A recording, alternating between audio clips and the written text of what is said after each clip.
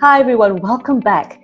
This is the bonus video, and here we're going to be talking about networking without networking. Now, why I came up with this bonus was because when I was talking to all the people that I was working with, no matter how senior they were, there were a large number of people who actually didn't enjoy networking, but at the same time, they knew that they had to adjust or expand that network in order for them to move forward with their life in the career in different or slightly different directions from what they've been doing the past 10, 15, or 20 years. So after thinking about what I could add to the program, apart from what you've already looked into with your self-reflection, your brand story, and all the different things that we've covered in the last 6 modules, I thought, okay, how about this? Let me share with you what I've done in terms of my own networking based on what I did when I was transitioning into a portfolio career and then into coaching and then into these online programs, and how I got a lot of my business and my clients without actually networking, going for networking events, going to cold call people, or any of those kinds of things which a lot of people feel quite icky about. Well, the first thing is, why do you feel icky about it? It's actually how you think about yourself and how you think about sales. A lot of people who enjoy doing work that they're passionate about feel that they shouldn't be selling. But in fact, selling is just a way of providing value for people who don't know that that value currently exists. So that's a different topic altogether. And maybe I'll cover that in a different video in the future. But right now, for those of you who resonate with not really wanting to be out there all the time, networking with strangers and things like that, this video is for you. So let's get right into it. Like I showed you in the previous modules, I like to use this diamond approach. So this is the networking diamond. First, you have to expand your options and then you narrow them down. So what does this mean? You need to be able to expand your network because a lot of us have rather closed networks, or we don't pay attention to our networks at all. And one of the things that I've learned both from experience and talking to people who have amazing connections and amazing ability to draw business to themselves, regardless of the industry and the level of experience that they have. The power of your network is not in your close connections, it's in the power of your loose connections or the weak ties in your network. There is an exercise that I recently came across on how you map your current network, your current business or social network. And then you can sort of see how loose or how tightly bound your network is and where they show up. Are they ex-colleagues? Are they from a particular school? Are they from a particular community or society or club? And then you can see, oh, now you'll be able to sort of pinpoint where your strong networks are, where your loose tie networks are, and where else you might need to grow the network. All right, so what we're going to start looking at is how do you expand your options, and then after that, how do you narrow them down? Firstly, let's look at the who. What industries are you interested in and know well? And what companies inspire you? What sort of individuals do you love working with? Is it a particular kind of attitude, a particular kind of industry, or a background? And what roles and capacity do you want to take on? You need to think about who are the people that you need to start building this network connections with and really expanding that beyond your current network. Because a lot of the time, especially if you've been in the same industry for 15 years or so, you're going to have a lot of the same people. Even if they're on a global level, a lot of the ties become really, really tightly bound. And who do you currently know already? Because the secret behind networking without networking is that you don't have to go out and find wholly new people. You can tap on the people that you currently have in your network. And this is what we're going to be doing in this video. I'm going to introduce the concept of mavens to you right now. Mavens are people who are experienced or knowledgeable in a particular subject matter. Some of you may even have seen, I think there's a website called mavens.com where they will actually approach or they will inquire or they will ask for contributions from people who are experienced in a particular industry or field of study to then work with other people or other companies and institutions on projects because they are subject matter experts. How I define mavens is slightly different. For me, mavens are specialists in me, specialists in the things that I do, my brand story, and also how I want to start to, and also the kind of opportunities that I'm looking for and the value that I can bring to other people, other institutions, other companies. So what I was talking about just now is a maven of connection, a maven of how to connect you to the people that you want to meet. These are people in your network who are well connected, widely connected, and that's slightly different, well respected, they're good connectors, they understand what you do, they believe in you. In fact, they don't have to be your closest friends. It's often helpful if they aren't. Now I'm going to talk a little bit about each of these segments.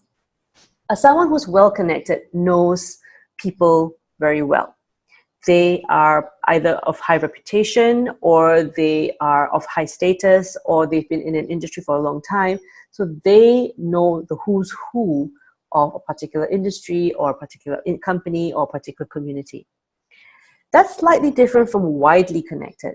So well connected is somebody who might be going deep into an industry or deep into a company or into a community.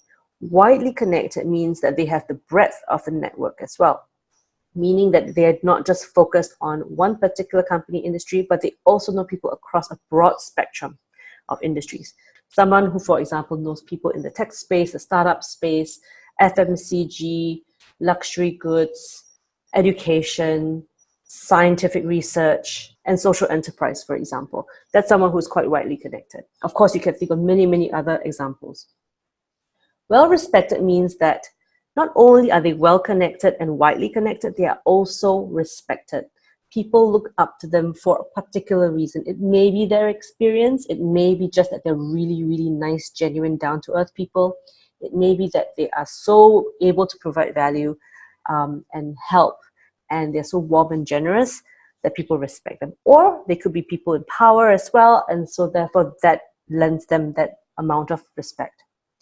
But they also have to be good connectors, because just because you are well connected, widely connected, and well respected, doesn't mean that you are a good connector. So a maven of connection that you need to look for in your network has to be able to connect you to people in their network. They have to be your spokesperson, your ambassador of sorts, right? They're not. It's not a paid job, obviously, but it's something that they're able to do naturally, and they're happy to do as well. So they have to understand what you do, because they are going to be your spokespeople. So they need to know what are the different things that you are doing, what are the things that you want to focus on, and also how do you want to position yourself so that they can then refer you to other people. And they have to believe in you. They have to believe that you are able to provide value to the people within their network, and that you're not going to basically screw it up if they were to refer you to somebody else. These are the criteria for a maven of connection, somebody that is in your network that meets all of these to some degree and is able to then refer you. And as I said in that little pop-up box there, they really don't have to be your closest friends. And why is it helpful that they're not your closest friends? Because a lot of the time, your close friends, your family, they know you as you in the past. They are less able to see you as you in the future that you are trying to create here, the future that you are developing from all the different things that we've done in the past 6 modules, looking at your news story, looking at your ikigai, looking at your brand story.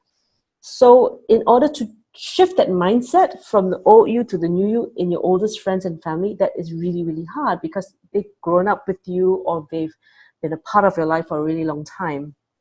And as painful as it is, unfortunately, that is where the greatest resistance usually is. Also, they may have pigeonholed you in a particular industry. And so for them to take their minds out of, well, you know, you've been an accountant or a finance person for the last 15 years, why would you now want to go into an F&B business? Or why would you now want to become a coach? So for them, that disconnect is going to be much stronger. And so it's usually easier for somebody who doesn't know you that well, who may know you more socially or just on the surface, but then you start to develop the relationship where you can start to tell them about who it is that you are. So you can tell them about what it is you are looking to do, what it is you're going to be doing more of, and then to build the relationship around the new brand story that you've developed. Now, all of this might sound a little bit salesy, marketing, and well, I'm not a product, right? That may be what some of you are thinking. But the fact of the matter is this: any connection, any network, any referral has to come from a very strong sense of who you are. And all you're doing here is looking for people who are able to translate what we've worked on already in the last 6 modules into something that they can tell to the rest of the world on your behalf. Whether you want to call that sales or marketing, that's up to you. But when you want to do this, and if you don't want to go out there and cold call and do a lot of networking events, this is something that you have to do, and you can feel more comfortable doing it because you only have to find less than a handful of people who really believe in you and who are really happy to help you anyway. So they will not see this as something icky or an affront. They will actually enjoy doing this for you.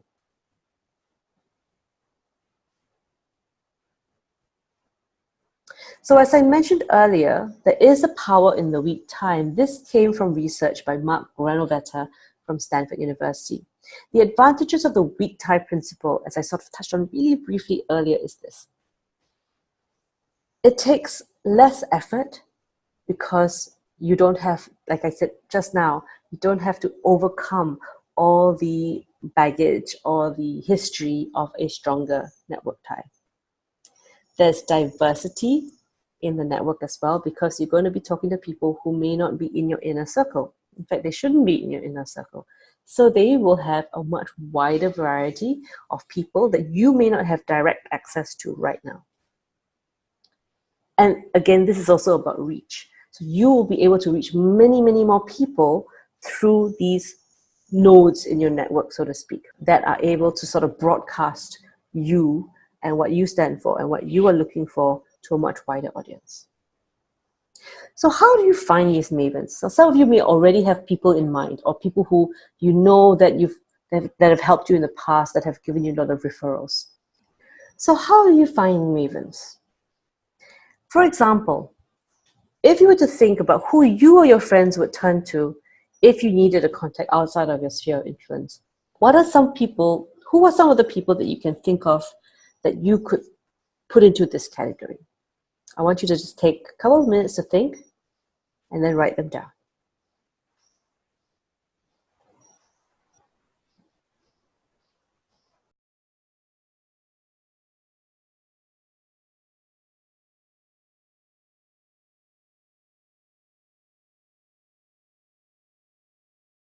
Have you done it?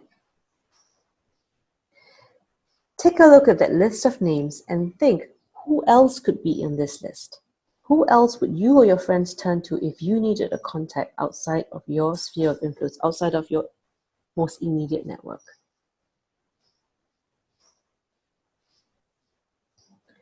And when you've thought of a few more names, just write them down.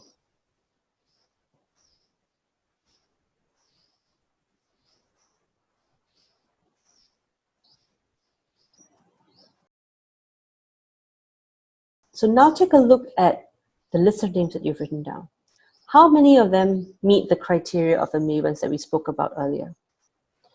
How many of these people are well connected, widely connected, well respected, good connectors, understand what you do, and believe in you? If or none of them meet this criteria, how many of them meet most of the criteria in this, and that you can also develop further? I hope you have a few names that meet at least some of these criteria. If you don't, that's fine. You need to start thinking about who you know who might be able to now point you into their mavens so that you can tap onto their networks. So what we're trying to do here is just to get a sense of how many people you currently think could be mavens. And it doesn't have to be a large number. It could just be 2 or 3, honestly, because what you need is 2 or 3. If all you have is 2 or 3 people who are well connected, widely connected, well respected, good connectors, understand what you do and believe in you, that is actually enough for you to start building your network. So let me know how you go with this exercise. And if you get stumped in terms of how to find your mavens, write me an email and we'll go through it together. If you found 1 or 2 people in that network who may meet most of the criteria of being a maven, maybe not all, and part of it is also being able to refine your brand story into what it is that you can tell them is what you do right now, or what it is that you want to be doing. This is where we come into the asking. So the expanding part of the network is to find how many people you can think of that may be able to expand your network. And now we're going to start narrowing it down a little bit by asking them in a way that makes the most sense and is the most effective. So this is my asking 1, 2, 3. Step 1 on the asking 1, 2, 3 is getting clear on what you're asking for. What are you approaching your Maven to get, to ask for, to seek? You need to define your elevator pitch. Your elevator pitch should include your brand statement in relation to what you're asking for, plus elements of your Ikigai. So for example, an elevator pitch could sound like this. I'm name, and I'm a few words to describe what your personal story and Ikigai is. And I do this for who you do it for by doing what you do. Okay, so this is a simple framework, and I will give you an example of how I use this to create my elevator pitch. Now, I didn't say, if you recall the magical octopus in a metaphor, I did not say, I'm a magical octopus who likes to do many things at the same time and I want to help people. No, if I had gone to any of my friends or mavens and said that, they'd be looking at me really strangely, and they know that I'm kind of a strange person anyway, but this would have really, really been completely out of left field for them, even for them. So back in 2016, when I was really starting my coaching practice, I was already coaching for about 2 years before that, but I really wanted to niche down in terms of who I wanted to coach. I was telling my mavens, I coach mid-career women juggling family and career progression on how to have it all. I weave in energy healing and mindfulness if the client is up for it. So this is how I started off. My target audience was mid-career women, and their main issue that I was trying to help them solve was juggling family and career progression and how to balance it all. I also use certain tools like energy healing, mindfulness, as well as my coaching, but I would only use it if the client was open to it, because not everybody is open to those kinds of tools and exercises. So this is what I did in 2016.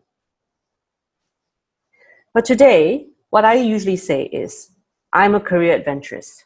I work with successful senior executives who need to find more purpose in their work life. I help them redefine who they are as they make career transitions through coaching, online programs that combines self-reflection, design thinking, and mindfulness.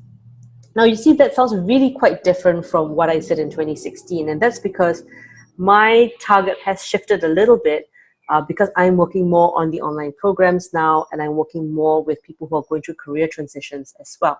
And so because this is the area that I'm currently focusing on now, I have changed my branding to the career adventurous. So I'm talking to people who are interested in being a little bit more adventurous with their careers, a little bit less conventional. I want to work with successful senior executives. I want to work with people who've been working for about 10, 15, 20 years, who have already achieved success. And what they're looking for is more purpose in their work life. So some of you have come to me on this program to say exactly that. So how I do this is I redefine, or I help them redefine who they are. So that's why we did all those self-reflection exercises, the old story, new story, all of that, to redefine who you are. This is the new GPS. As they make career transitions, I use coaching, I use the online programs, and the online programs combine self-reflection, a bit of design thinking in terms of exercises with the Ikigai, and mindfulness, remember the meditation, the breathing exercises, and things like that. So this is my elevator pitch. It's quite long for an elevator pitch, but it encapsulates everything about my branding, who I want to work with, and what I do. So now it's your turn. I will include a worksheet in a link below, and that's going to walk you through writing out from your brand story and your Ikigai, your elevator pitch. And it might take a few iterations, as with anything here, because the first time we do this, it's going to sound a little bit stilted. You may not find your groove right away, but that's okay. Just keep writing it. And I promise you, after a few drafts, you're going to get something. And I want you to also practice reading your elevator pitch out loud, because it has to feel natural. It has to come from inside. It has to come from a place of truth. That's really, really important. Now, a lot of people think of sales and marketing as a little bit of hooey, right? There's a little bit of like overinflation, over promising, but no.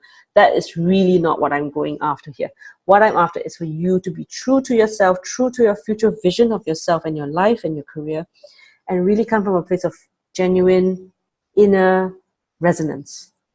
You have to believe what it is you're saying about your elevator pitch. It has to come across as true. It has to come across as genuine, because this is what people are going to take away.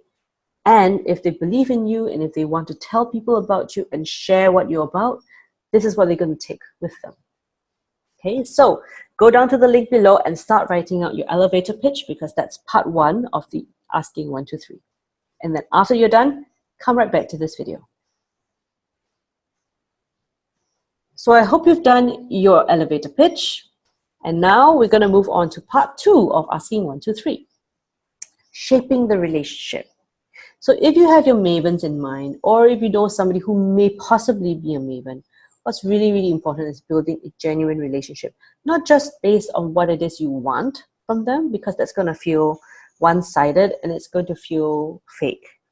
And because of if that happens, you're not going to be able to build a good relationship or maintain a good relationship or even tap on the person as a good source of referrals. Mavens, again, can be both existing and new connections. You may be able to find people, because now that you have that criteria in mind, you know what to look out for. So they can be both existing and new people that you know.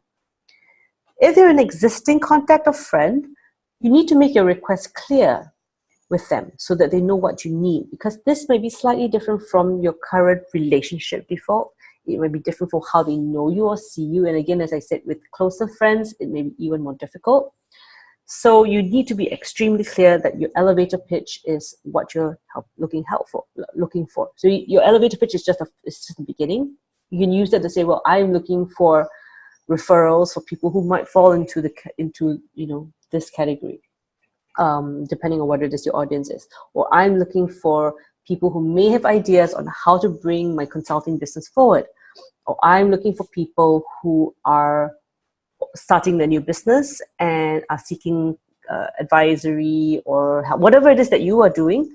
I would like you to be very, very clear about who it is you need referrals to and what it is you can bring to the table for them. Okay. So for example, when I started out, with my coaching business, before that I had done so many other things, that I had to tell people who were my mavens and said, well, look, I'm really going deep into my coaching business now. I'm not doing so much of the other consulting work. And what I really want to do is I want to help people who've already made it. They've already got, they may already be a senior director, VP level, it's on the even C-suite, but they're finding that their life is not what they thought it was going to be, that there's a little bit of emptiness there, and they want to sort of rediscover themselves. And what I'm going to do is I'm going to work with them one-on-one or through online coaching and see how we can sort of bring that spark back in their eyes. And that's basically what I told people. And that's how I got my referrals. For existing contacts and friends, it's really, really important that you make it clear that it may not be what they think you have been doing all along. For new contacts, you've got to get to know them first and extend the relationship beyond your need for networking. Okay, so you can't go into a new relationship and say, well, and just sort of ask for help all the time. That's really not what this is about. Okay, it's for you. This is the criteria that I was talking about. It's just for you to identify people who could be good mavens for you, but you have to get to know them. You have to build a relationship. This is super, super important, people. And you have to be interested in them, not just interesting. It's not about just telling them your elevator pitch and hoping that they'll go away singing your praises. You have to be interested in them, because this is a relationship. It's two-way. And so you should reciprocate first. In fact, if you can help that person first before they help you, it's even better. No matter how small the thing it is that you can help them with, if you can reciprocate first, that's going to be a much, much better start to the relationship. Asking 1, 2, 3, part 3 is about the ABC of asking. And the ABC, now look, I wanted to come up with a simple framework, so I have this ABC and the 1, 2, 3 thing. Bear with me. So the ABC of asking, the A means acknowledge. You need to thank them for the help even before they give it. B, you have to be brief. And brief has 2 meanings.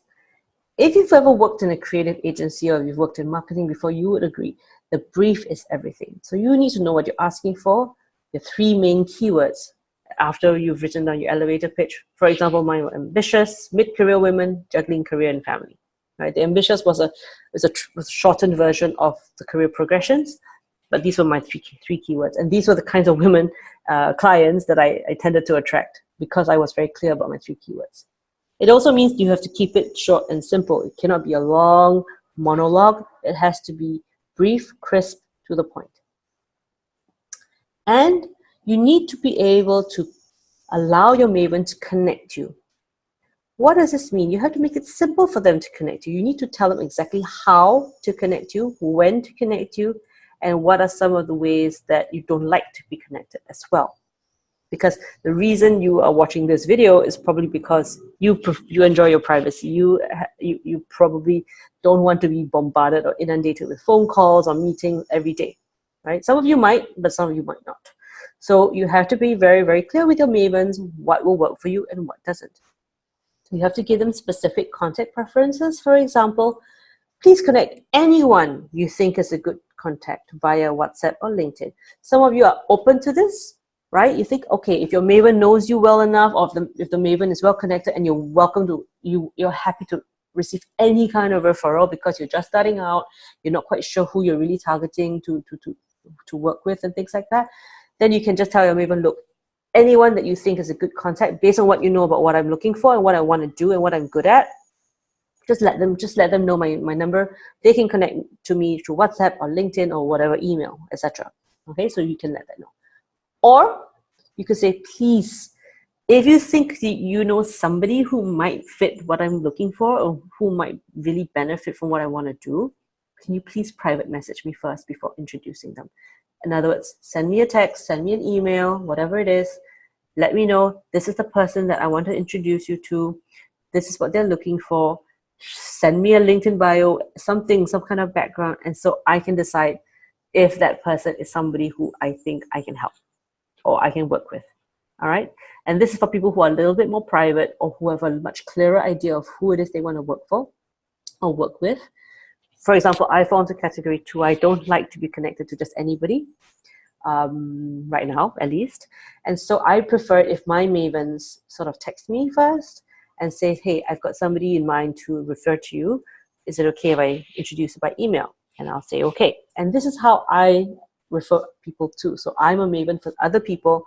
And what I do is, if I speak to somebody, if I meet someone, or if somebody approaches me for to ask for a referral for somebody in my network, I always ask the person who they want to be connected to first.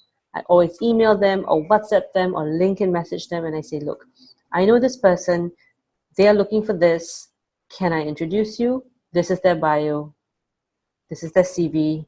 I do that as a matter of courtesy because I don't like to be inundated with random emails, and so I extend the same courtesy to people who I refer others to.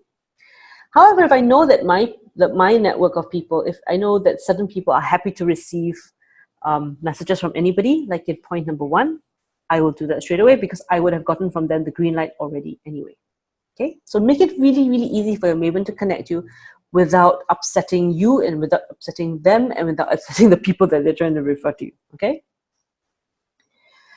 After you've done the asking, now it's about the getting. Okay, so once your Maven comes back to you with a referral, these next 3 steps are super, super, super, super important. These are key. 1, you need to thank your Maven. Sometimes we forget to thank people who give us referrals. It's possible you're busy, you take it for granted, they've referred you so many people anyway that you say, okay, well, thanks. But you need to actually genuinely thank them because firstly, 1, they're doing you a big favor by extending their network to you.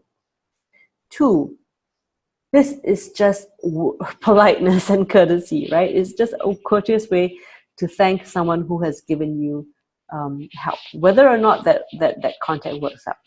Secondly, get behind the scenes info from the Maven if you've had this relationship with them where you say, well, you want to get the background info first on who they're referring you to, right? What is that person looking for? What is their relationship with that referral? Why did they think that referral was the right person? What did that person actually need? What did they say? What were the words that they used? How have they already been helped? What have they already looked for to solve their problems? And why did the Maven think that you were the right person for the referral? What was it about you, your elevator pitch, your keywords, your personality, your background, where you live? What was it that made you the right person for their contact? After all of this, you need to connect to the Maven's referral as soon as possible. Now, I've had several situations where I've referred people to others, and after I've made the referral, nothing happens. Or the person comes back to the other, like, so for example, if I'm referring A to B, and A introduces themselves to B, B doesn't reply until like 2-3 weeks later. And that to me is just bad business. It's just poor manners, right? I think even if somebody is referring you to somebody, especially if you've already agreed to be introduced, you need to connect as soon as possible. It doesn't mean that minute, but within the day or within the next day, right? And even if all you can say is, hi, happy to connect, great to connect, I'm in a busy period, but I will get back to you by Tuesday. Do that. Don't just disappear and go into thin air and not respond to somebody, especially if you've sent an email to introduce two people. Or sorry, if your Maven has sent an email to introduce you to another person, at least say hello on an email. Say, hi, thanks for the referral. Thanks for the introduction. My name is blah, blah, blah. I need to get back to you in a couple of days because I just happen to have a last minute thing, but I'm so glad to be connected to you. Something like that. Just establish the connection, because that will show the Maven that you appreciate the referral, and it will also make them feel good about themselves. It also puts them in a good light with the person that they've referred you to, and they're going to continue doing it. This is a relationship. This is reciprocal. The worst thing you can do to a referral, your Maven, is to drop the ball and just do nothing. Leaving the Maven and referral wondering what on earth was happening. Okay, so now, once you've done all that, it's about the having. You need to treasure your Mavens, and you need to treasure their referrals. Even if the referral isn't the right person for you, they might know people and refer you to them as well. So this becomes an expanding network. You need to think of the relationship with your Mavens like a social media algorithm, or what I know about them anyway. Okay, because I have very basic knowledge about how those social media algorithms work, and they change all the time.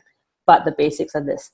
The closer your relationships are, the more genuine interaction and the more regular interaction you have. This is like commenting on someone's post, liking a post, reposting somebody's tweets, that kind of thing, retweeting somebody's tweets.